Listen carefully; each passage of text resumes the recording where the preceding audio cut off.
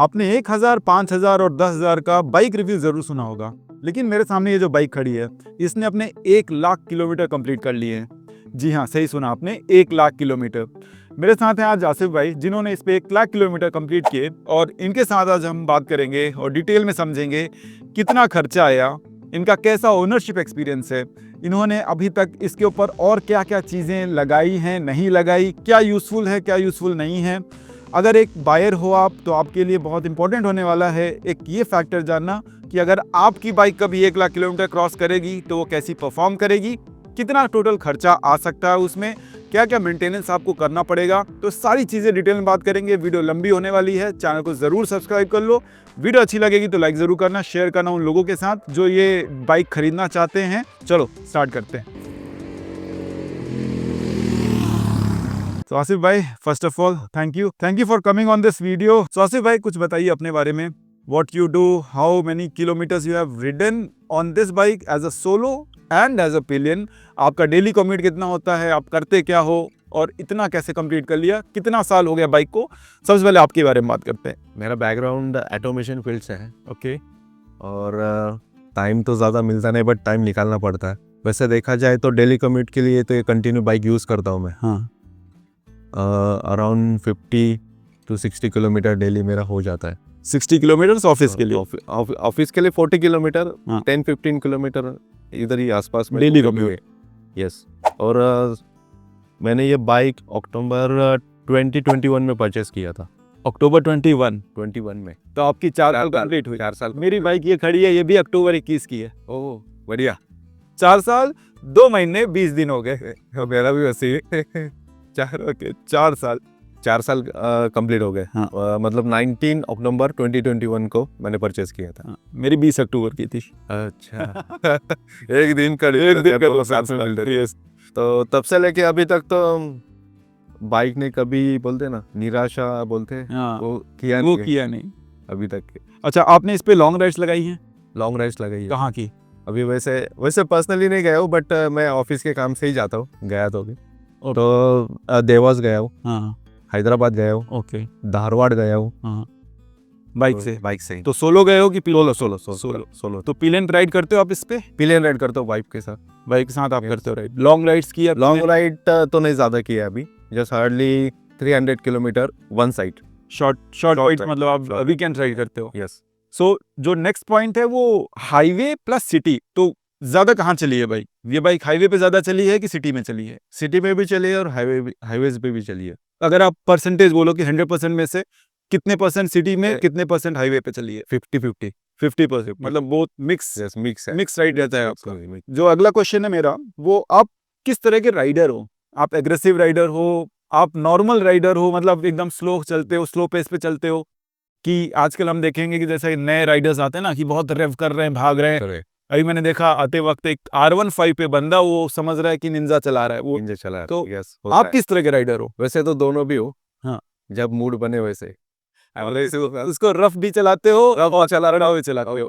आराम से भी चलाता हूँ। हम माइलेज की बात करेंगे, मुझे मालूम है आप सब बहुत ज्यादा क्वेश्चंस थे, माइलेज, रेस्टिंग, और हाँ, जिन लोगों ने पोस्ट डाला था उनके क्वेश्चंस हमने पूरा वैलिडेट किया है, और उस पर हम सारी डिटेल में बात करेंगे, इसकी रेस्टिंग के इश्यूज के, इसकी माइलेज के बारे में, इसकी क्वालिटी के बारे में, हर चीज डिटेल में। तो बने रहो, देखते रहो। तो जो नेक्स्ट पॉइंट है वो, ये बाइक आपकी, अब मुझे तो स्टॉक दिख रही है। हाँ। तो ये फुल स्टॉक है, इसमें क्या क्या लगवाया है आपने?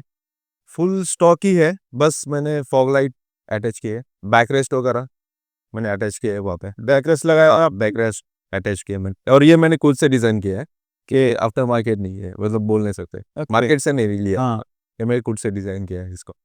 गुड। सो आपने केवल बैक रेस्ट लगाया है और कुछ भी नहीं है बाइक है? कुछ भी नहीं है। सो ये एक और लेसन है उन लोगों के लिए जो चाहते हैं बाइक लेते ही सब फिट करा ले। मॉडिफाई नकल गार्ड्स नहीं है, विंडशील्ड नहीं है, हैंडल बार राइजर नहीं है, डैश प्लेट नहीं है, क्रैश गार्ड नहीं, पिंजरा नहीं बना है, nothing else. This is a purely stock bike which completed 1,00,000 kilometre. इसमें आप देखोगे तो 4 गेटअप्स नहीं है। तो पहला क्वेश्चन है कि इंजन रिफाइनमेंट कैसा है 1,00,000 किलोमीटर के बाद? आपको क्या फील होता है जब आप डे 1 पे बाइक चलाई थी, या फर्स्ट सर्विस के बाद बाइक चलाई थी? फर्स्ट सर्विस बाद जनरली अच्छी हो जाती है बाइक, राइट। तो उसके बाद 1,00,000 किलोमीटर के बाद अभी इंजन कैसा परफॉर्म कर रहा है? इंजन अभी भी वैसे ही है almost. No changes? No changes. मतलब एक आवाज भी बोलते ना, हाँ। मैकेनिकल आवाज आना स्टार्ट हो जाती है, वैसे भी नहीं है अभी तक। कुछ भी चेंज कुछ नहीं भी है नहीं है change. And you are satisfied with the engine performance? Yes. Refinement में कोई चेंज नहीं? में नहीं, मैं बोल सकता हूँ ठीक है 5% या ऐसे, ऑब्वियसली कि वेयर एंड टेयर पार्ट्स है होने वाले हैं, बट वैसे परफॉर्मेंस में तो अभी तक मुझे ऐसे कुछ दिखा नहीं है। ऐसा कुछ नॉकिंग हो रही है या थोड़ा और साउंड आ रहा है एक्स्ट्रा, कुछ ऐसा लग रहा है इंजन से कुछ निकल रहा है? नहीं, इंजन में कुछ काम करवाया आपने अभी तक? अभी तक कुछ भी नहीं। इंजन खुला भी नहीं है? खुला भी नहीं है, ओके, खुला भी नहीं है। सो अभी तक वैसा का वैसा वैसे के वैसे ओरिजिनल। ओरिजिनल। ऑयल लीकेज वीकेज कहीं से आपको कुछ समझ नहीं, में आ रहा है 1 लाख नहीं, के बाद? कहीं भी नहीं है, कोई ऑयल कहीं लीकेज भी नहीं है, आप देख सकते हैं यहाँ पे कहीं पे भी नहीं है, ड्राई, हम गाड़ी का एक वॉक थ्रू ले लेंगे, ड्राई, पूरा पूरा ड्राई। एकदम कोई लीकेज नहीं, कोई नट बोल्ट ढीला हो गया कुछ ऐसा? नहीं, क्वालिटी के बाद होंडा की नहीं, नहीं, नहीं, ऐसा कुछ नट बोल्ट वगैरह लूज अभी कुछ भी नहीं है? कुछ- और 1 लाख के बाद कहीं पे आपको पावर लॉस मिल रहा है या वाइब्रेशंस बढ़े हुए मिल रहे हैं? पावर लॉस का भी नहीं बोल सकते कि हम्म। पावर लॉस हुआ है करके। अभी तक मैंने 1 लाख किलोमीटर चलाया बाइक को, बट अभी भी 110 120 आराम से जाता है, कुछ भी दिक्कत नहीं है, और कोई पावर लॉस कोई नहीं? नहीं लॉस। वो भी ऑलियन के साथ जा रहा हूँ। और वाइब्रेशंस बढ़े हैं कुछ? नहीं, टॉप पे तो नहीं आते वाइब्रेशंस, नहीं। और जब पहले वाइब्रेशंस थे वैसे ही हैं कि वैसे ऑलमोस्ट वैसे ही, हाँ, ऑलमोस्ट वैसे कुछ चेंज नहीं हुआ है ही। ज्यादा? मैं बोल सकता हूँ 2-3% या 5% पकड़ लो। तो जो अगला क्वेश्चन है मेरा, जब आप इस गाड़ी को पहली बार मॉर्निंग में स्टार्ट करते हो, हाँ। तो जो हम पहले कोर्स स्टार्ट करते थे शुरुआत के कुछ सालों में, Yes. तो वैसा ही फील है कि वैसा कुछ ही है। जर्किंग या फिर कुछ अलग ऐसा कुछ आ रहा है? नहीं, नहीं, नहीं, वैसे ही है। तो वैसे ही। आपका एक्सपीरियंस 1 साल पहले जो था या 2 साल पहले जो था वो आज भी सेम ही है? सेम ही 1 लाख किलोमीटर अचीव होने के बाद भी कोई चेंजेस नहीं है? चेंजेस नहीं है, कोई भी चेंजेस नहीं है। Okay, that's good to know. और कोई मेजर आपको इंजन की वार्निंग आई है ओवर द पीरियड 4 साल में? कोई मेजर इंजन का इशू कुछ आया आपको अभी तक इंजन रिलेटेड? कुछ भी नहीं इशू, कोई इशू नहीं इंजन रिलेटेड? कोई भी सर्विस आपने कराई तो आपने कभी इंजन के बारे में ऐसा कुछ आपको लगा कि सर्विस की जरूरत है, या फिर इंजन आपने टेक्नीशियन से स्पेशल बुला के कुछ दिखवाया? नहीं। Regular service? रेगुलर सर्विस और कुछ नहीं? और मैंने आज तक बोला भी नहीं कि इंजन में कुछ इश्यूज आ रहे हैं या आवाज आ रही है, हाँ। आप चेक कर लो। नहीं, कुछ नहीं, कुछ भी नहीं, एकदम नॉर्मल जो है वैसा है। नॉर्मल वैसा। कुछ बात करते हैं क्लच प्लेट और गियर बॉक्स की। राइट, अभी तक कितने क्लच प्लेट चेंज किया? हीरो कोई क्लच प्लेट चेंज नहीं हुआ है? कोई भी नहीं चेंज हुआ है। ओके, क्लच केबल चेंज किया हाँ, आपने? क्लच केबल चेंज किया मैंने, अराउंड 60-65,000 किलोमीटर हो गए थे। तो उस क्लच time में। केबल आपने वो नहीं भी डाला? सर्विस सेंटर से उन्होंने बोला कि चेंज करवा लो, ठीक अच्छा है, हाँ। बट चेंज करवा लो। ओके, तो 65,000 किलोमीटर पे हाँ, आपने उन्होंने चेंज किया। yes। और लीवर आपके चेंज हुए कभी? लीवर डैमेज हुआ, गिरा उरा?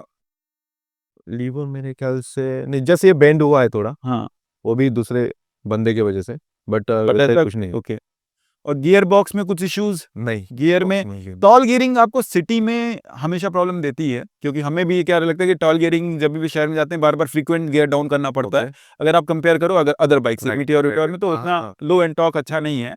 लेकिन 1 लाख किलोमीटर के बाद गियरिंग में कुछ इशू आया, कुछ चेंज आया? कुछ भी नहीं है, जैसा है वैसा जैसे वैसे ही है, स्मूथ, एकदम स्मूथ? स्मूथ ही है। और टॉल गियरिंग का सिटी में मुझे ज्यादा दिक्कत नहीं होता है, क्योंकि मुझे आदत हो गई है वो। नहीं, ओवर द टाइम 4 साल हो गए? हाँ, 4 साल हुआ, और मैं ज्यादातर सेकेंड और थर्ड गियर पे ही ओके, बाइक को रन करता हूँ सिटी में, तो ज्यादा गियर चेंजिंग का ऑप्शन नहीं इशू रहता। आता ही नहीं है।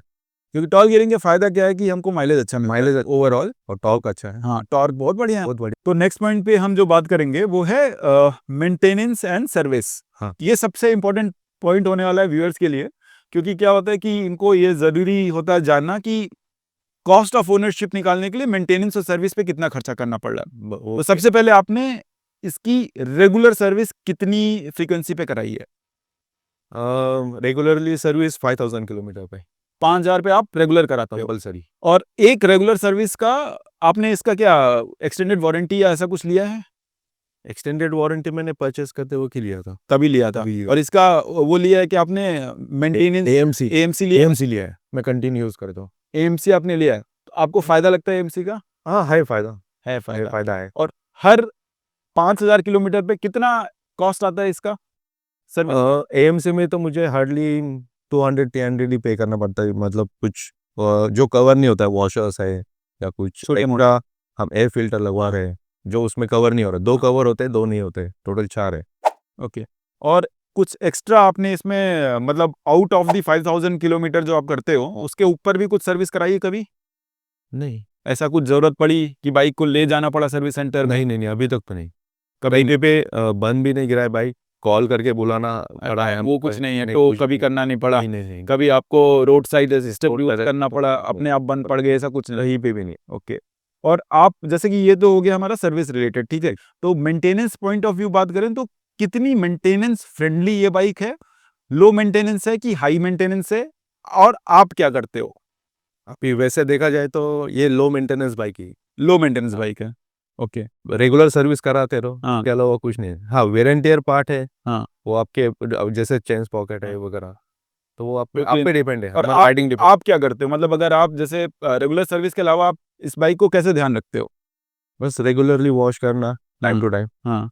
और बस, और जैसे भी जा चेन पॉकेट हमको ल्यूब करते हाँ। रहना है, बस वही केयर कर दो। तो मेजरली साफ सुथरी रखो, चेन लूब रखो, क्लीन रखो, जहाँ पे लगे थोड़े बहुत इश्यूज आ रहे हैं वहाँ पे आप कुछ भी WD-40 यूज करके, जैसे रेस्टिंग के शूज आ रहे हैं वैसा कुछ यूज कर सकते हो। बट बाइक में ऐसा है, सच कुछ हाई मेंटेनेंस है नहीं, बाइक में आपको बहुत ज़्यादा मेंटेनेंस कॉस्ट नहीं आने वाला है। तो बाइक एक लो मेंटेनेंस बाइक है, जैसा कि भाई साहब बोल ही रहे हैं। मेरे पास भी सेम ही बाइक है, तो मेरा भी एक्सपीरियंस वैसा ही है, ऑलमोस्ट सेम एक्सपीरियंस है, दोनों का 4 साल कंप्लीट हो गया। मेरी 40,000 रन हुई है, इनकी 60,000 एक्स्ट्रा रन हुई है, उतना ही डिफरेंस है। सो हम सर्विस और मेंटेनेंस की बात कर रहे हैं, तो कॉस्टिंग का भी थोड़ा सा उसमें बात कर लेते हैं। सो अभी तक इसमें बाइक में रिपेयर्स या फिर सर्विस कॉस्ट कितना पे किया, मतलब अगर आप AMC मिला लो तो आज तक 1 लाख किलोमीटर अचीव करने तक या 4 साल तक कितना सर्विस में खर्चा हुआ है? एक मोटा मोटा एस्टिमेट अगर आप बताओ तो। एक कॉस्ट पकड़ लो। हाँ, 3,000 पर सर्विस। तो आपने 4 साल में अगर हर 5,000 किलोमीटर पे आप कितनी सर्विस? 20 हो गए। 20 सर्विस आपने कराई है, तो 20 सर्विस 60,000 तो 60,000 रुपए आपके सर्विस में, 1 लाख किलोमीटर में 60,000 60,000 सर्विस पे गया। सर्विस पे गए हैं। ओके, इसमें सब चीजें इंक्लूडेड है, बाकी एक्स्ट्रा पार्ट्स कुछ नहीं लगाए, राइट? नहीं नहीं एक्स्ट्रा पार्ट नहीं लगाए, एक्स्ट्रा पार्ट्स नहीं लगाया, बेसिक पार्ट नहीं है कुछ, बेसिक सर्विस में है, ठीक है। और मैं एक बार ओनरशिप एक्सपीरियंस आखिरी में बात करूंगा, ठीक है? उसमें क्या होता है कि आप सेल्स, जब आपको बाइक बिकी हाँ हाँ। और अभी तक आपके साथ जो होंडा का ओनरशिप एक्सपीरियंस है वो कैसा रहा, वो आखिरी में बात करेंगे। जरूर। और सर्विस एक्सपीरियंस भी हम आखिरी में बात करेंगे, तो एक्सपीरियंसेस जो लास्ट में लेके जाएंगे। अभी हम केवल बाइक के ऊपर थोड़ा सा बात करते हैं। तो बाइक की कॉस्ट में मेजर जो सर्विस 60,000 आप अगर पकड़ लो कि 60,000 का टोटल खर्चा आया है इस पे, तो आपने इसमें बैटरीज कितनी चेंज की हैं? एक बैटरी चेंज की है 1 लाख पे। मेरे ख्याल से लगभग 1.5 साल पहले। 1.5 साल पहले, मतलब आपने 2.5 साल चलाया एक बैटरी, वो टाटा की बैटरी आती है पहली। बस अभी आपने कौन सी डाली है? एक्साइड। अभी आपने एक्साइड डाली, ठीक है। तो अभी ये बैटरी चल ही रही है, चल रही है अभी तक। और आपने चेन स्प्रॉकेट कितने चेंज किए? ये जो अभी डला हुआ ये तीसरा है। ये तीसरा चेन स्प्रॉकेट है। तीसरा चेंज तो एक चेन स्प्रॉकेट मेरे ख्याल से 8,000 रुपए का आता है नहीं रफली। नहीं नहीं नहीं फिर 8,000 का नहीं है, मैं लगभग 1,300 है, 1,400 की लगभग प्राइसिंग है, और सर्विस चार्ज होगा, फिटिंग चार्ज, तो लगभग वो मोटा मोटा 2,500 के करीब जाता है। 2,500 का? हाँ। मुझे लगा 8,000। नहीं नहीं नहीं 2,500 के करीब जाता है। ओके, तो आपने 3 चेन स्प्रॉकेट चेंज किए, हाँ। ये 1 लाख में। तो ऐसा 1 लाख में। पहला वाला कितना टाइम चला, ऐसा कुछ? पहला वाला मेरा 18,000 चला है। 18,000। 18,000। फिर दूसरा? फिर दूसरा मैंने चेंज किया था 38,000 पे, 38,000 किलोमीटर पे। हाँ। 20,000 किलोमीटर चला है। 20,000 पे। और फिर थर्ड वाला चेंज किया लंबा है चला। वो लगभग 90,000 किलोमीटर पे, वो बहुत लंबा चला। क्योंकि जैसे जैसे मैंने राइडिंग एक हाँ। मेरा चेंज करते गया, हाँ, स्टाइल चेंज करते गए वैसे। वैसे। अब उसी में एक बात आती है अपनी कि ब्रेक पैड्स कितने गए आपके, और ब्रेक पैड्स कितनी फ्रीक्वेंसी पे आप चेंज करते हो? स्टार्टिंग में मुझे दिक्कत हुआ था, हाँ। क्योंकि मैं सडनली मोपेड बाइक से ये Scrap। 50 बाइक पे हाँ। मैं राइड करने स्टार्ट किया था, तो स्टार्टिंग में दिक्कत हुआ था मुझे ब्रेक पैड का, ओके, स्टार्टिंग में। तो कितना फ्रीक्वेंसी में चेंज कर रहे थे? तो पहले लगभग 7,000 8,000 के किलोमीटर के बाद चेंज करना पड़ता था, फ्रंट और रियर का, दोनों हाँ। स्टार्टिंग में हुआ था। स्टार्टिंग में। बट बाद में मुझे उसके बाद ऑलमोस्ट 19,000 से 20,000 किलोमीटर तक चलता है। 20,000 किलोमीटर तक चल जाता है। चल जाता है। अब आप उतना फ्रीक्वेंसी, क्योंकि पहले आप मेरे ख्याल से इंजन ब्रेकिंग नहीं यूज करते होगे, सादा नहीं था आपको इंजन ब्रेकिंग, हाँ, इंजन ब्रेकिंग नहीं मालूम था आपको, बस। एग्रेसिव करते होगे, ब्रेकर आ रहा है, आपने मार होता स्पीड किया फिर रोका, तो था, उससे वेयर एंड टियर ज्यादा होता है। ज्यादा होता था, एक बार यूज ज्यादा होता था। एक बार आप वो कॉन्शियस हो जाओगे ना कि Right. कि हमें थोड़ा सा लाइफ सुधारनी है, तो आप अपने आप ही दिमाग में दिमाग से रख के चलोगे। के चलते हैं। ठीक है, तो और इसमें क्या वियर और टीयर में अगर हम बात करें कंज्यूमर्स में, तो चेन स्प्रॉकेट एक होता है, ब्रेक पैड्स होता है होते हैं। और हमारे टायर्स होते हैं। अब टायर्स, कितने टायर चेंज कर दिए? सबसे पहले एमआरएफ का आता है ओईएम। OEM अभी क्या मुझे एमआरएफ ही दिख रहा है, MRF ही दिख रहा है। तो टायर आपका ओईएम ही चल रहा है तब से। OEM ही चल रहा है। कितने टायर चेंज किए अभी तक 1 लाख में? लगभग मेरा 3 टायर चेंज हुआ है। वो 3 भी टायर MRF से ही लिया है मैंने। एमआरएफ से लिया, at no cost, almost no का। Almost no cost. ठीक है, उसी में एक स्टोरी है। तो एट नो कॉस्ट आपने 3 टायर सेट पूरे चेंज कर लिए। राइट। बैटरी आपकी दूसरी बैटरी है, दूसरी 3 बैटरी। चेन स्प्रॉकेट है और वियर एंड टियर में ऐसा कुछ है नहीं। इलेक्ट्रिकल्स में कभी कुछ चेंजेस हुआ कोई बाइक में? नहीं, अभी तक कुछ भी नहीं। फ्यूजेस कुछ चेंज नहीं, किए आपने? नहीं। कोई फ्यूज नहीं, कोई इलेक्ट्रिकल नहीं, कोई कोई स्विच गियर में कोई चेंजेस? कोई भी नहीं है। स्विच गियर में भी कोई चेंज कुछ भी नहीं। नहीं। तो मैकेनिकल भी कोई चेंज ज्यादा नहीं हुआ एक्सेप्ट वियर एंड टियर के जो पार्ट्स हैं, बस और इलेक्ट्रिकल में भी कुछ चेंज नहीं हुआ है। बस मैंने रियर शॉक अब्जर्वर चेंज किया था 50,000 किलोमीटर। रियर शॉक तो अब्जॉर्बर 50,000 पे। लीकेज हो गया था वहाँ पे, ओके, लीक हो दोनों गया। साइड से। तो कितना उसका खर्चा आया? उसका लगभग 2-2.5 हज़ार के करीब। एक? हाँ, नहीं दोनों दोनों मिला के 2,500? मिला के करीब ऐसे लगभग। ओके। और बाइक में ऐसा कुछ ओवरऑल खर्चा नहीं किया आपने? नहीं किया। चलो अब बात करते हैं एक सबसे इंपॉर्टेंट पॉइंट की, जो है माइलेज। तो आपने बताया आप मिक्स काइंड ऑफ राइडर हो, शुरुआत में आप एग्रेसिव चलाते थे, अभी आप मॉडरेट चलाते हो, पीएनएन के साथ भी चलते हो, हाईवे पे भी चलते हो, सिटी में भी चलते हो। सिटी में भी चलता है। ओवरऑल अगर मैं बात करूं, on an average of 1 lakh kilometre का एवरेज आप निकालो, हाईवे पे कितना माइलेज मिला, सिटी में कितना माइलेज मिला? सिटी में 37, 36, 37 36-37 आपको मिलता है, मिलता है। और हाईवे पे आप कितना लेते? हाईवेज पे अगर मैं इको मोड पे 70-80 किलोमीटर से चलाता हूँ तो 40 तक चला जाता 40 तक जाता है? जाता है। अभी भी जा रहा है जाता है, अभी भी जाता है। 40 का? हाँ, लास्ट राइड पे मैंने वो प्रैक्टिकल किया है। 40 का मिला 40 आपको, का मिलता है और नॉर्मल 36 to 37 सिटी में। सिटी में। अगर आप बहुत एग्रेसिव चलाते हो तो कितना मिलता है सिटी में, हाईवे पे। सिटी पे? सिटी में फिर क्योंकि बम्पर टू बम्पर ट्रैफिक, जब आप हाँ, ऑफिस आप ज्यादा जाते हो, राइट, 40 किलोमीटर आप ऑफिस के लिए यूज कर रहे हो, yes, तो पुणे में कैसा होता है कि बम्पर टू बम्पर ट्रैफिक है, पहली चीज, दूसरी रोड खराब है, अनएक्सपेक्टेड ब्रेकर्स हैं, yes. सो वो कंडीशंस कुछ ऐसी होती है कि माइलेज बहुत ड्रॉप होता है। भाई इतना भी मुझे ड्रॉप ऐसे नहीं दिखा है, मतलब वही रेंज में मेरा आ रहा है। 36-37 मिलता है में ही आ रहा है मुझे ओके। उसमें। पेट्रोल कौन सा डलाते हो? पेट्रोल स्पीड का, भारत पेट्रोलियम स्पीड का भी यूज करो फिलहाल। अभी इथेनॉल मिक्सअप हाँ, तो उसके लिए आप ये यूज कर रहे हो। यस। उसके नॉर्मल पिकअप टोटल मैंने अभी तक शेल का यूज किया है, HP power, Bharat petroleum. Best कौन सा लगा आपको? बेस्ट माइलेज और स्मूथनेस किसमें मिली आपको? स्मूथनेस चेंज होती है स्मूथनेस पेट्रोल पे? होती है शेल का पावर यूज करने के बाद। शेल पावर यूज करो तो चेंज होती है, राइट, स्मूथ होता है थोड़ा। राइट, स्मूथ होता है थोड़ा। माइलेज में कुछ अंतर मिलता है? इतना तो नहीं लगा मुझे। माइलेज में डिफरेंस नहीं मिला, पेट्रोल अंतर से करके वो नहीं मिला, राइट। इतना नहीं कुछ। नेक्स्ट बात करते हैं, वो करते हैं हीटिंग पे। तो जब आप शहर में चलाते हो या हाईवे पे चलाते हो, जब आप पहले चलाते थे और अब चलाते हो, तो हीटिंग में कितना चेंज लगा है आपको? पैरों पे हीट आती है? नहीं आती है। हाँ, कब कब आती है? समर के दिनों में, जो गर्मी में आती है। गर्मी में हाँ, वो भी सिग्नल पे जब रुकते हैं तब आता है महसूस होता हल्की हीट। है। हल्की हीट होती है। ओके। तो इतना नहीं है। और रेगुलर बाइक चलाते हो तब महसूस नहीं होता है। ओके, तब कोई वो ऐसा नहीं होता। नहीं, महसूस। और समर में बाइक का कैसा परफॉर्मेंस, अगर आप एक्सट्रीम में ले जाओ, तो मतलब अगर आप जैसे 40 डिग्री के ऊपर अगर आप चला रहे हो, हाँ। कंटिन्यू चला रहे हो, तो कभी बाइक रुकती है या फिर ऐसा कुछ एक्सट्रीम करता है एक्सट्रीम कंडीशंस में? नहीं, अभी तक तो नहीं एक्सपीरियंस हो सके। ऐसा कुछ नहीं आया है। नहीं हुआ। बाइक को आपने कितना चलाया किलोमीटर। लंबा? सबसे 180 किलोमीटर। हाँ, 180 180 किलोमीटर नॉन स्टॉप चलाया आपने, Yeah. कोई इशू नहीं? कोई इशू नहीं। हीटिंग और ऐसा कुछ लगा कि इंजन स्ट्रेस में है? नहीं, और क्या स्पीड पे चल रहे थे आप? 90 100 9 से 100 क्रूजिंग स्पीड उसका वही है। हाँ, वही है। जो हम नेक्स्ट बात करने वाले हैं वो है कंफर्ट की, सीटिंग एर्गोनॉमिक्स की। अगर आप बैठो तो आपका अपराइट पोजीशन रहता है। मैं यहाँ देख रहा हूँ आपने हैंडल बार राइजर नहीं लगवाया है। नहीं लगवाया। क्यों नहीं लगवाया? क्योंकि सभी मैंने भी लगवाया, क्योंकि थोड़ा कंफर्ट और हो जाता है। आपने क्यों नहीं लगवाया, या आपने को कभी जरूरत नहीं लगी? जरूरत नहीं लगी मुझे। आप कंफर्ट कंफर्ट है, ये पोजीशन पे कंफर्ट मिल रहा है मुझे। कंफर्ट है, यस। ठीक है। और overall bike seat, OEM seat modify किया मैंने। सीट मॉडिफाई किया। मॉडिफाई किया। ओईएम सीट कैसी है, मतलब ओएम साइड भी कोई दिक्कत नहीं है, मुझे कोई दिक्कत नहीं लगा, बट मैंने थोड़ा सा मॉडिफाई किया मेरे। लॉन्ग राइड के लिए कैसी रहती है ये चलाने के लिए बाइक? लॉन्ग राइड के लिए अगर आप लंबा लेके जाओ, जैसे अगर आप सोचो स्पीति लद्दाख प्लान करना है मुंबई से या पुणे से, हाँ सो इज इट वर्थ, कर पाएगी? हाँ कर पाएंगे, बट आपको एक माइंड सेट रखना पड़ेगा कि ये बाइक जो क्रूजिंग स्पीड है उसका 90-100, या तो आप सोचोगे नहीं मुझे 120-130 से जाना है, हाँ, तो वो नहीं कर पाएंगे। वो थोड़ा हाँ स्ट्रेस में लगता है तेज में, इंजन। हाँ तो मतलब लॉन्ग डिस्टेंस के लिए हो सकता है, बट थोड़ी सी हाँ एक capability के स्पीड साथ, पे ही है, एक 100 का speed। स्पीड माइंड सेट कर लो, हाँ, उस पे चले। अच्छा ये दिक्कत नहीं। तो सिटी में आप अब जैसे वीकेंड राइड अपनी वाइफ के साथ जाते हाँ हो, हाँ तो पिलियन कंफर्ट कैसा है?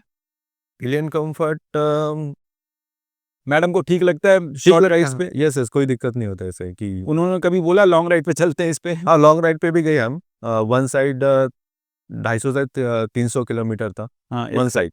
तो मतलब 600 तो का हाँ, रन था आपका। बट वही रेगुलर 70-80 किलोमीटर के बाद थोड़ा सा रुकना रुकना पड़ता है। तो कंफर्ट, ओवरऑल कंफर्ट अच्छा है पिलियन के लिए? ओवरऑल मतलब आप सजेस्ट करोगे कि अगर इस पे पिलियन मुंबई टू लद्दाख करे कि नहीं करे? पिलियन कर सकते हैं, पिलियन कर कर सकता है, सकते हैं, कर सकते हैं। मतलब ओवरऑल कंफर्टेबल है। शॉर्ट के लिए तो कंफर्टेबल, वीकेंड राइड के लिए तो ऐसे, लॉन्ग राइड्स के लिए कंसर्निंग ओपिनियन के लिए बैक क्योंकि स्पेस अच्छा मिल जाता है स्पेस अच्छा मिल और बैठने का पोजीशन भी बढ़िया है, बढ़िया है। हाइटेड नहीं है, चढ़ा नहीं है, एकदम बढ़िया सा रहता है। कंफर्ट की जो बात है नेक्स्ट, वो है सस्पेंशन की।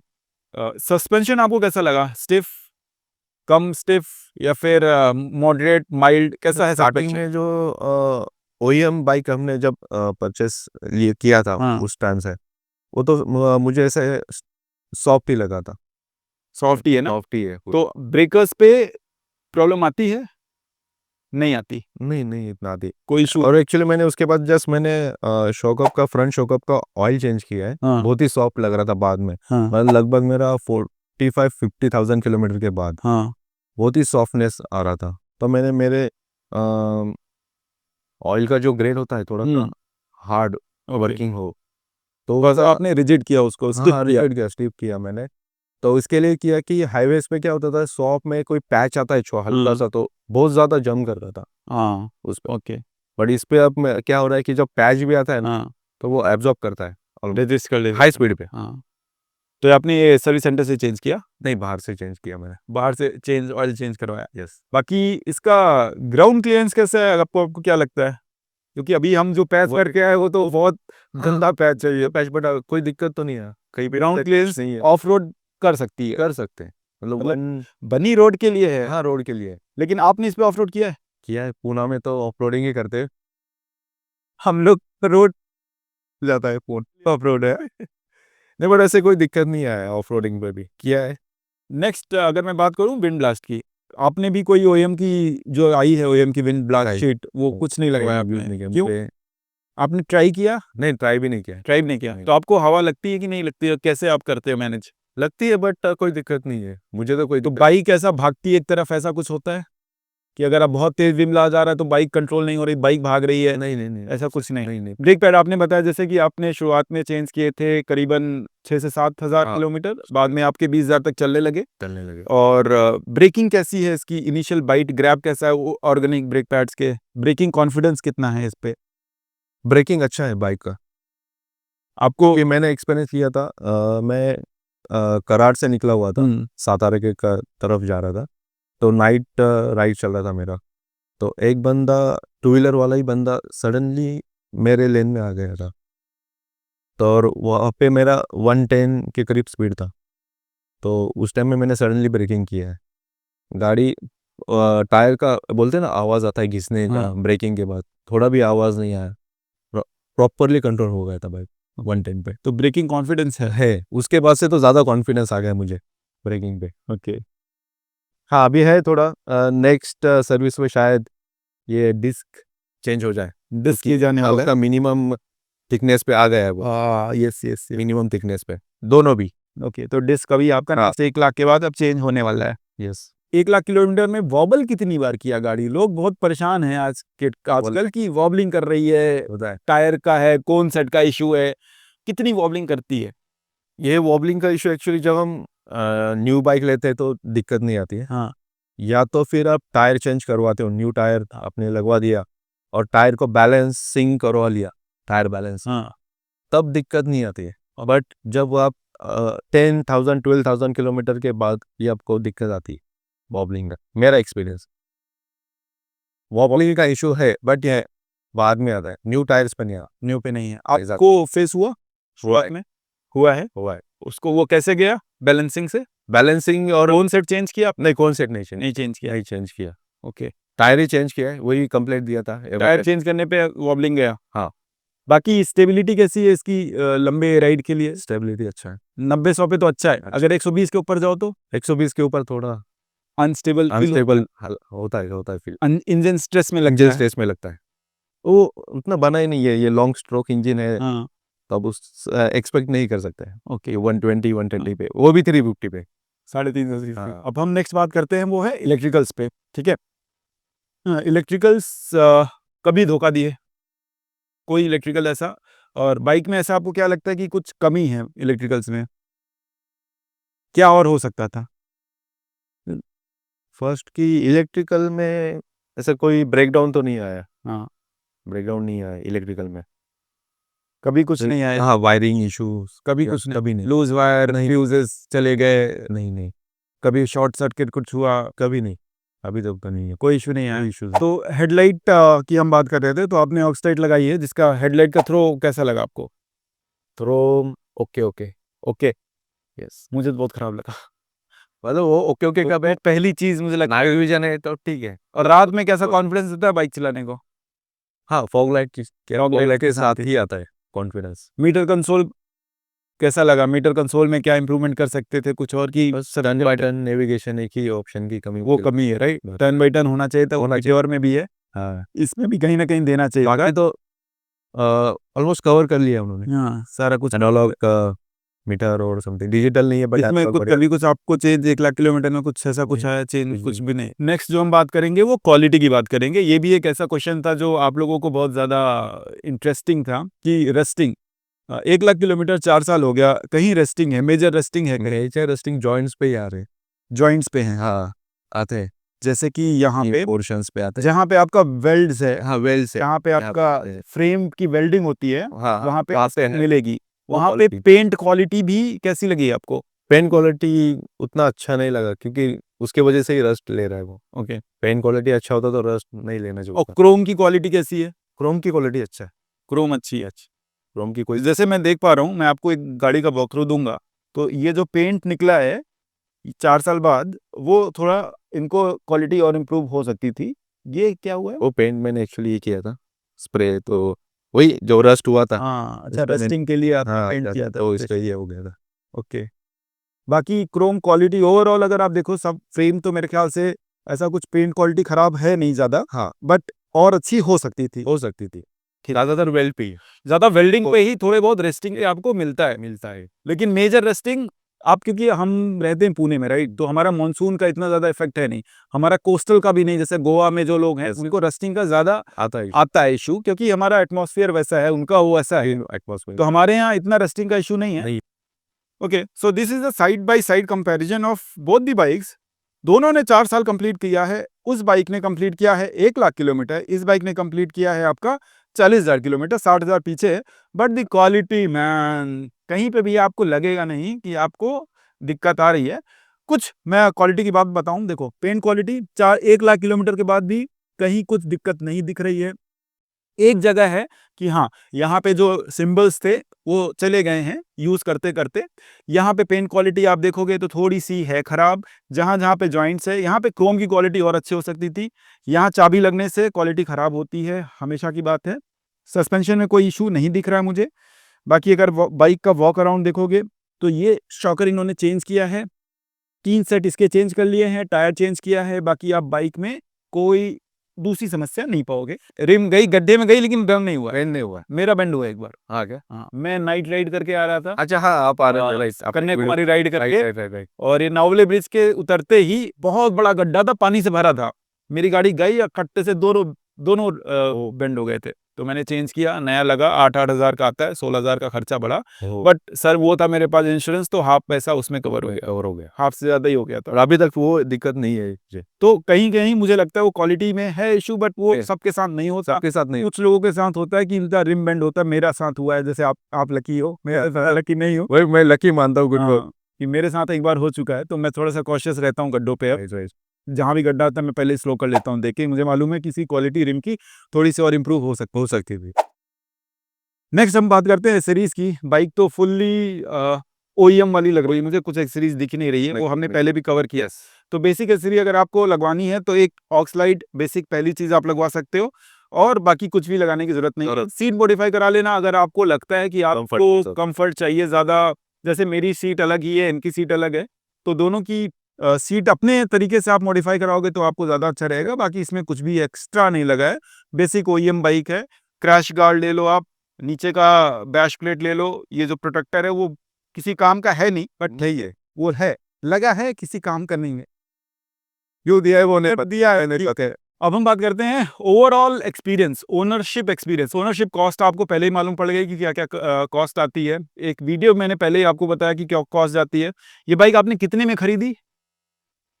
2,44,000। 244 की बाइक पड़ी, 60,000 का आपने इस पे खर्चा किया, वो मेंटेनेंस का 1,00,000 किलोमीटर के लिए, हाँ। प्लस इंश्योरेंस पकड़ लो आप ईयरली, हाँ। प्लस आप इसमें पकड़ लो अगर आपको छोटी मोटी एसेसरीज लगवानी है, तो ओनरशिप कॉस्ट जो है बहुत ही कम है। कम है। जैसा मेंटेनेंस कम है वैसे ओनरशिप कॉस्ट भी इसकी कम है। कम है। और ओनरशिप एक्सपीरियंस कैसा है, सेल्स में कैसा रहा होंडा की तरफ से आपको? सेल्स की तरफ से सपोर्ट बढ़िया एक्सपीरियंस, सपोर्ट बढ़िया सपोर्ट था। क्योंकि मैं वो बताना चाहूँगा, मैंने बुक किया था अक्टूबर 21 में, 26 अक्टूबर के लिए हाँ मेरा बर्थडे हाँ उसी टाइम पे। बट फिर मैंने डेट चेंज करी, 19 अक्टूबर किया, हाँ स्पेशल डे था। तो तब जाके मैंने बोला कि ऐसा नहीं, मुझे बाइक पहले चाहिए। तो थोड़ा सा उन्होंने मना किया, बट फिर मैंने रिक्वेस्ट करने के बाद उन्होंने बोला कि ठीक है हम अरेंज करवा के देते।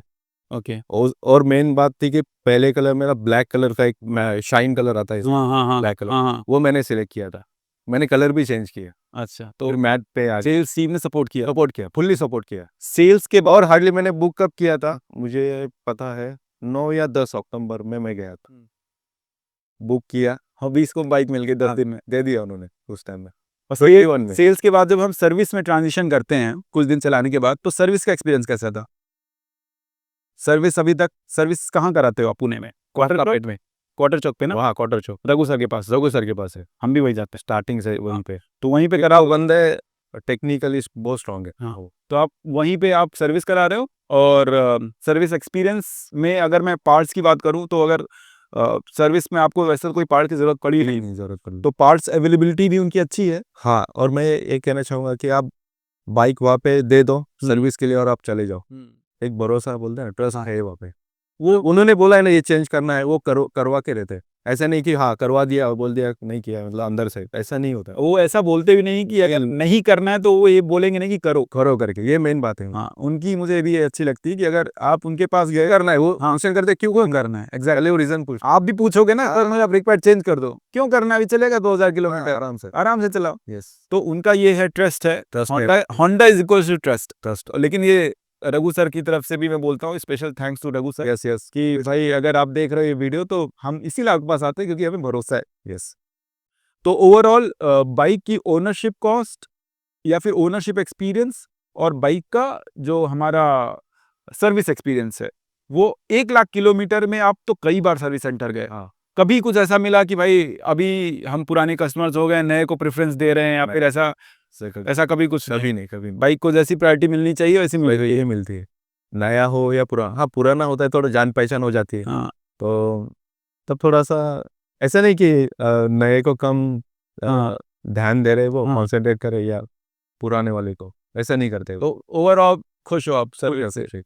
तो अभी हम बात करेंगे कि 2026 में, अब हमारा 25 चला गया ऑलमोस्ट, हम दिसंबर में खड़े हैं। यस। 4 साल हमारी बाइक को हो गए। तो 2026 में अगर कोई बंदा ये बाइक लेने वाला है तो वो स्टिल रेलेवेंट है कि नहीं है, क्योंकि 4 साल पुरानी बाइक हो गई। हाँ। और इन्होंने उसके बाद केवल कॉस्मेटिक चेंजेस किए हैं।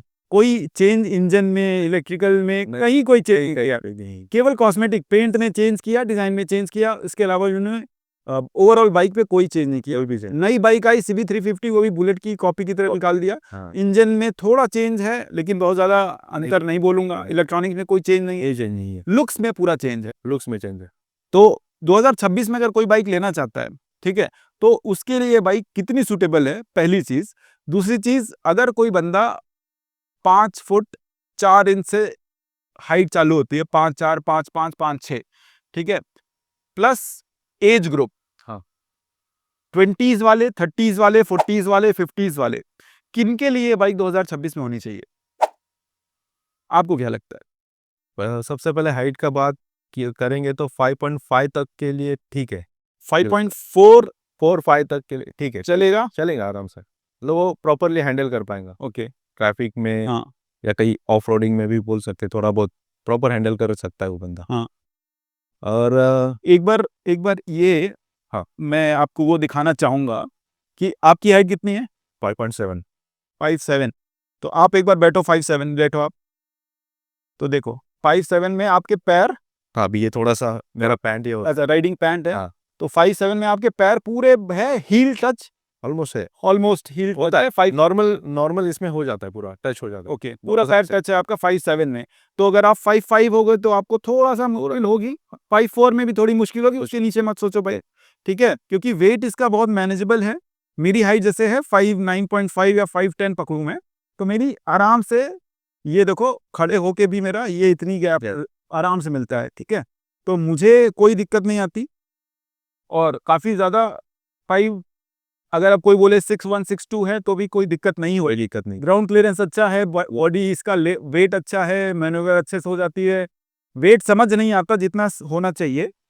तो ओवरऑल बाइक, अगर आप 2026 में देख रहे हो, ये बाइक लेने का सोच रहे हो, आपकी हाइट 5'5" से ऊपर है, तो 5'5" से 6 तक है, तो आप आराम से इसको ले सकते हो, कोई दिक्कत नहीं आएगी। कोई भी दिक्कत नहीं। ये 2 ओनर्स बात कर रहे हैं, हम कोई ऐसा यूट्यूबर और ऐसा कुछ नहीं चल रहा, मेरे दोस्त हैं और हम दोनों के पास सेम बाइक है, दोनों की 4 साल हो गई, तो हम दोनों बस आपस में शेयर कर रहे हैं अपने। मुझे तो बाकी मतलब ब्रांड का नाम नहीं लूंगा, बट हाँ। कंपेयर में मुझे इसका नहीं, ब्रांड का नाम लो, ब्रांड का नाम लो, मैं चाहता हूँ कि लोग कहते हैं, देखो इसके कंपेयर में जब हमने ये बाइक हमारी ली थी तो हमारे पास 3 ऑप्शंस थे, राइट। एक था जावा, यस, एक था मीटियोर, मीटियोर, और उसके बाद मेरे ख्याल से तीसरी यही थी। तीसरी यही थी। और उस टाइम पे कोई ऑप्शन नहीं ये थे, सेगमेंट में तो ये सेगमेंट में 350 सीसी में नहीं थे। था। आज के टाइम में मीटियोर है, जावा है, और आपके पास स्क्रैम्बलर 400 आ गई है, ठीक है, ट्रायम्फ की, और आप लेने जाओगे तो एसडी है, हीरो की आ गई है, बहुत ऑप्शन है, भर भर के ऑप्शन है। सो हर बाइक से अगर कंपेयर करो तो ये क्लोज रहेगी मीटियोर से ज्यादा, क्योंकि इसमें कैसा है, सीटिंग पोस्चर उससे मीटियोर का ज्यादा थोड़ा मुझे कंफर्टेबल लगता है, लेकिन ओवरऑल देखा जाए तो उसका पैर आगे रहेगा, तो ब्रेकर आएगा तो गड्ढे में आप उठ नहीं पाओगे। यस, ये कहना चाहिए। ये मेरा, कहीं अब राइडिंग का हम कर रहे, बाइक राइड कर रहे हैं और हमें उठना है तो हल्का सा पेन हो रहा है मान लो, और उठना है, हमें थोड़ा सा रिलीफ लेना है, हाँ, बट उठ नहीं पाएंगे उसमें। और मीटियोर जैसा कंफर्ट भी मेरे ख्याल से इसके जैसा वो रिलायबिलिटी बाकी बाइक्स में नहीं है। उसी बाइक के साथ कंपेयर कर रहे थे, तो अगर होंडा हाइनेस या फिर इनके साथ आप कंपेयर करो, आपने होंडा CB350 चलाई जो हाइनेस से अलग वर्जन आया, आरएस चला, दोनों चलाई, अंतर क्या लगा दोनों में? अंतर थोड़ा सीटिंग पोस्चर में अंतर है थोड़ा सा। इंजन में तो सेम है, same engine, same power, same triggers, yes, same electricals, केवल थोड़ा सा पोस्चर और डिजाइन में थोड़ा अंतर है। हल्का सा। और CB350 वो चलाई, वो भी चलाई, पर ये काफी है। ये ज्यादा अच्छी लगी, अपनी बाइक हमेशा अच्छी लगती है। तो अगर अभी 2026 में कोई लेना चाहता है तो उसको क्या लेना चाहिए? मुझे मालूम है हम दोनों होंडा फैन बॉयज हैं, तो आपको होंडा में बायस रहेगा, बट स्टिल दूसरी कोई बाइक अभी 2026 में सेंस कर रही है क्या इसके कंपेयर में?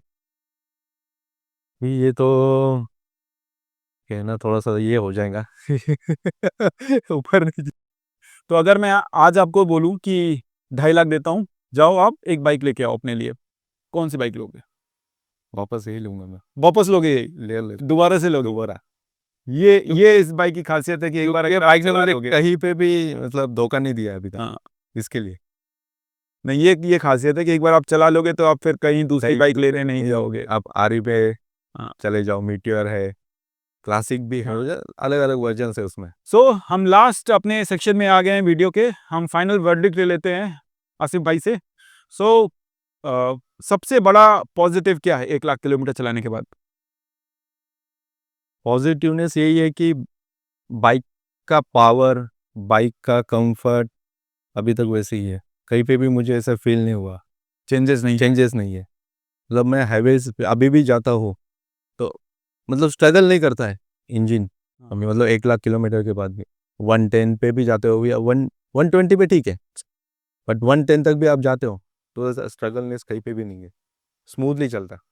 तो overall happy? Happy happy total. सबसे बड़ा रिग्रेट क्या है इस बाइक का? मतलब लेने के बाद कभी पछतावा हुआ कि यार मैंने क्यों ली? नहीं यार, पछतावा नहीं हुआ है। कभी नहीं? नहीं नहीं, किसी भी चीज को लेके, नॉट की क्वालिटी क्या, कभी लगा कि यार पैसे ज्यादा है, सर्विस कॉस्ट ज्यादा है, मेंटेनेंस ज्यादा है, पार्ट्स अच्छे नहीं हैं, रिलायबल नहीं है, या फिर नहीं वैसे तो नहीं लगा, टेक्नीशियन स्किल नहीं है? टेक्नीशियंस के। जैसे मैं कुछ एग्जांपल बताऊं आपको, कुछ बाइक्स जैसे केटीएम की बाइक्स बहुत अच्छी हैं, हाँ राइट, या फिर आरटीएक्स रॉनिन जो भी आई है, हाँ, काफी अच्छी बाइक काफी है, अच्छी बात, आप ले लोगे, भर भर के फीचर्स है, फीचर्स है। लेकिन जैसे आप पहली बार सर्विस सेंटर पहुंचे वहां से आपके आंसू निकलने चालू हो जाते हैं। टेक्नीशियंस स्किल्ड नहीं है। मेरे फ्रेंड ने भी रॉनिन बाइक परचेस किया है, हाँ। बट उसका यही है कि टेक्निकली हाँ। स्ट्रांग नहीं है वहाँ का सर्विस के रिगार्डिंग। तो वहां पे ये होता है कि आपके फीचर्स बहुत है, आपको पैकेज बहुत अच्छा मिल रहा है, लेकिन जब आप सर्विस सेंटर पहुंचते हो तो वहां रोने लगते हो, तो वो एक रिग्रेट बन जाता है, राइट? राइट तो राइट। इस बाइक के साथ क्या रिग्रेट है? वैसे तो कोई रिग्रेट नहीं है, मतलब सर्विस के रिगार्डिंग। सर्विस नहीं, ओवरऑल कुछ तो रिग्रेट? एक नहीं, छोड़ो, 3 निगेटिव बताओ। वही सोच रहा हूँ अभी निगेटिव के लिए। 3 निगेटिव इस बाइक के बारे में 1 लाख किलोमीटर चलाने के बाद। मैं अभी पार्ट्स के ऊपर भी नहीं बोल पाऊंगा क्योंकि अभी मैंने एग्जांपल दे रहा हूँ, हाँ। रियर शॉक अब्जॉर्बर मैंने 50,000 तक मेरे चले, चेंज किया, और उसके बाद अभी भी चल रहे। हाँ। ऐसे नहीं कि 25,000 30,000 की वापस से चेंज कर रहा हूँ, मतलब पार्ट क्वालिटी भी है, हाँ। कोई दिक्कत नहीं है उस। फिर भी 3 निगेटिव चाहिए। See, this is the main point. If you ask any Honda, if you ask any Honda owner for negatives, he'll not give you. क्योंकि वो बहुत रेतर हुआ था। निकालना ये तो मैं बोलूँ अंगुराल नहीं रह का थोड़ा सा, हाँ, रियर मतलब साइज में या डिजाइन में थोड़ा, क्योंकि क्या होता है थोड़ा व्यू पीछे की विजिबिलिटी कम है। That is a very good point. ये है। ये काम करना चाहिए लोगों ने, ये चेंज किया है। दूसरे बाइक्स का आप लगा लो तो उसमें आपको अच्छा विजिबिलिटी मिलता है, but Honda should have given this a good one. बाकी क्या 2 निगेटिव और मुझे बताओ आप इस बाइक को लेके। 2 निगेटिव क्या बताओ अभी का? मैं एक बताता हूँ। हाँ आप बता दो। पेन क्वालिटी थोड़ी और अच्छी हो सकती है। पेन क्वालिटी हो सकती है, वो पेन क्वालिटी जॉइंट्स पे जो है Joints वो क्वालिटी वो और है negative। इम्प्रूव कर सकते थे। वो है। एक और क्वालिटी, एक और बताइए, लास्ट रिग्रेट क्या है, या लास्ट इंप्रूवमेंट मैं बोलूंगा, नॉट रिग्रेट या नॉट निगेटिव। एक और इंप्रूवमेंट क्या कर सकते थे? वॉबलिंग का सॉल्व कर, वॉबलिंग इशू थोड़ा सा है, वो सॉल्व कर बाद में आता है। रस्टिंग इश्यूज जो लोगों को आ रहा है उस पे ध्यान देना चाहिए था। लोगों का जो रिम बेंड हो रहा है वो क्वालिटी कहीं ना कहीं, वो किसी को हो रहा है किसी को नहीं हो रहा, मतलब हाँ, पर ध्यान देना चाहिए। होंडा सोच के जो लेता है। हाँ अगर मैं होंडा ले रहा हूं तो मुझे है कि मैं आंख बंद करके चलाऊंगा, मुझे क्वालिटी के ऊपर कभी उंगली नहीं उठानी पड़ेगी। हाँ इस बाइक में कहीं ना कहीं, क्योंकि इंडिया में बना रहे हैं, कहीं ना कहीं लोगों ने कुछ किया है। 19-20 का फर्क आपको क्वालिटी में मिलेगा। आप आंख बंद करके नहीं बोल सकते कि होंडा है तो कुछ नहीं होने वाला, कहीं ना कहीं है। आपको छोटे मोटे पॉइंट में, मेजर में नहीं है। जैसे अगर ये है आपका क्रोम की पार्ट्स, एक क्रोम का मैं अगर आपको एग्जांपल बताऊं, मैं जब नंगे हाथों से चलाता हूं ये गाड़ी ब्लैक तो पूरा काला हो जाता है मेरे हाथ, पूरे हाथ काले हो जाते हैं। बहुत बड़ी कोई क्रोम की जो क्वालिटी यूज की है हाँ वो बहुत अच्छी नहीं है। नहीं है। अगर मुझे मजबूरन ग्लव्स में चलाना पड़ता है, अगर मैं कभी सोचूं कि जैसे पास ही में जा रहा हूँ थोड़ा सा चला लेता हूँ नंगे हाथ, पूरा काला हो जाता है। यहाँ पे भी जो क्वालिटी है क्रोम की वो थोड़ा सा खराब की वजह से हो जाता है एक्चुअली, ये की वजह से होता है, की वजह से ज्यादा होता है। लेकिन और पेंट क्वालिटी अच्छी होनी चाहिए था। सबसे बड़े निगेटिव हेडलाइट का थ्रो बहुत ही खराब है। हेडलाइट को अभी मैंने एडजस्ट किया है, उसको लोअर पे एडजस्ट किया है, हाँ। और यहाँ से इसमें सेटिंग है, और तब जाके थोड़ा सा विजिबिलिटी मुझे ठीक ठाक मिल रहा है। मैं तो बिना ऑक्स के चलता ही नहीं हूँ। चलना ही पड़ रहा है। बिना ऑक्स के आप चल ही नहीं सकते, इतना गंदा इसकी थ्रो है। यस, तो अपने सेगमेंट में सबसे पुअर है, पुअर है। सबसे बाकी मीटियोर ले लो, रॉनिन ले लो, दुनिया भर की जितनी बाइक ले लो सबके अच्छा है, इसका सबसे खराब। सो मेरे आखिरी के 2 क्वेश्चन, अगर कोई बाइक लेना चाहता है 2026 में ये बाइक ले कि नहीं ले? लेना चाहिए। लेना चाहिए। You would recommend it? Recommend करूंगा। अभी डिपेंड हर एक का राइडिंग स्टाइल अलग है, हाँ तो वही हिसाब से उसने लेकिन किसी को मान लो क्रूजर जैसे हाँ। चाहिए, मेरे जो व्यूअर्स थे उनको ये क्वेश्चन था कि जैसे 40-50 साल में हैं, नॉर्मल राइड करते हैं, 5-6 5-7 हाइट है, तो पिलियन के लिए ले रहे हैं, रिटायर्ड हैं, तो उनको लिए ये बाइक सूटेबल है कि नहीं है? सूटेबल है। काफ़ी मतलब लोगों ने मुझे कहीं पे हम ब्रेकफास्ट के लिए रुकते हैं तो अराउंड 50 एज के करीब के लोगों ने मुझे क्वेश्चन किया है। हाँ एक बंदे ने तो मुझे रुका के एक मतलब कि मुझे बात करना है आपसे, तो वो भी बंदा 50 प्लस ही था। कहाँ पे नासिक फाटा और मोसरी का जो है ना टर्निंग पॉइंट हाँ हाँ वहाँ पे। क्यों फिर उसने मुझे पूछा कैसा एक्सपीरियंस है, क्या है मतलब क्वालिटीज़ वगैरह पूछा उसने, और मेन वेट कैसा है इसका, हाँ मतलब वेट मैनेजमेंट में। तो मैंने बोला कि ये बढ़िया है वेट बैलेंस, आपको महसूस ही नहीं होगा, आप जब चला लो स्पीड पे भी आप चलाते तो महसूस नहीं होता हाँ कि अनबैलेंस हो रहा है बाइक ये। तो ये अबव 50 एज के लिए तो बढ़िया ही है। बहुत सही है। और ऐसे भी ग्रुप में है हमारे कि अबव 55 भी है, वो चला रहे।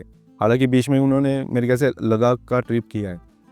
उनका मैं एक वीडियो लेके आऊँगा जिनकी बात कर रहे हैं विनय बागे सर, वो 55 एज आ गए हैं यहाँ, तो उनको मैं एक स्पेशल वीडियो उनका लेके आने वाला हूँ, बहुत ही जल्द लाऊंगा, जिसमें हम उनसे उनका ओनरशिप एक्सपीरियंस पूछेंगे। वो 50 प्लस है, उनकी पहली बाइक उन्होंने ली थी रिटायरमेंट के बाद as a gift, retirement gift, और उसको वो एंजॉय कर रहे हैं, उस पर एक अलग वीडियो आएगी।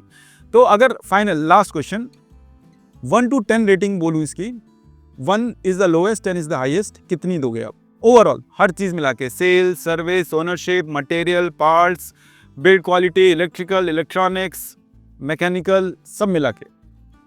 9 9? मैं दूंगा मेरे, इतना स्ट्रॉन्ग? हाँ, क्योंकि मुझे दिक्कत आया नहीं। हाँ, दिक्कत नेगेटिव पॉइंट पे जो हमने बात किया वो उतने ही नेगेटिव पॉइंट है, मैं एक पॉइंट उसके लिए ये करूँगा। बाकी दिक्कत नहीं। 9 स्टार। हाँ, बाकी तो मेन क्या रहता है, मेन हर्ट तो इंजन है और गियर बॉक्स है, हाँ। उसमें इशू ही नहीं है अभी तक तो, कोई कभी कभी नहीं इशू, कभी भी नहीं। मतलब आप सर्विस सेंटर जाके भी इंक्वायरी कर सकते, डिटेल से। थैंक यू आशीष भाई, यस थैंक यू। बढ़िया लगा आपसे बात करके। आपको कुछ और डाउट हो तो मुझे कमेंट में पूछना, आसिफ भाई से मैं पूछ के आपको बता दूंगा। सो इस वीडियो को अब हम यहीं रोकेंगे। हमने मेजरली सारी ऊपर सारी बातें कर ली, डिटेल में बात कर ली, ऊपर नहीं, डिटेल में सारी बातें की हैं। फिर भी अगर कुछ डाउट्स हैं तो आप ज़रूर पूछ लेना। मैंने कोशिश की है कि आपने जितने क्वेश्चन पूछे थे पोस्ट में, सारे मैं कैप्चर कर पाऊँ, और सारे मैंने कैप्चर करने की पूरी कोशिश की है ईमानदारी से। फिर भी कुछ छूटेगा तो पूछ लेना यार। चलो वीडियो को यहीं पे रोकेंगे। Thank you for watching. If you like the video, do subscribe to the channel and share with your friends who are planning to buy such a beautiful motorcycle. See you in the next one. Keep bonding, keep riding. Have a safe one. Bye bye.